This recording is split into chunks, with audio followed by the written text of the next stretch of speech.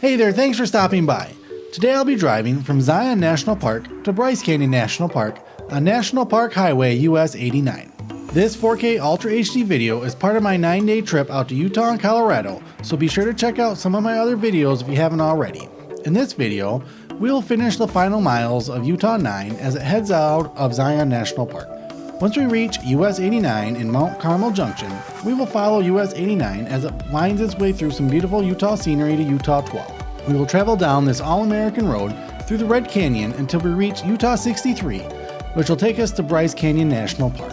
This is all a part of my day's drive through Zion and BRYCE National Parks to Salt Lake City, Utah, so make sure you're subscribed so you don't miss a second of it. Also leave a comment on what you thought about this video. If you have any questions or recommendations on places I should visit in the future, as I'm starting to plan this year's adventure. I love getting recommendations or ideas from you all, so please keep them coming. So while you're hopefully leaving that comment and or hitting that like or subscribe button if you haven't already, I'm going to continue driving towards US 89 and BRYCE Canyon National Park.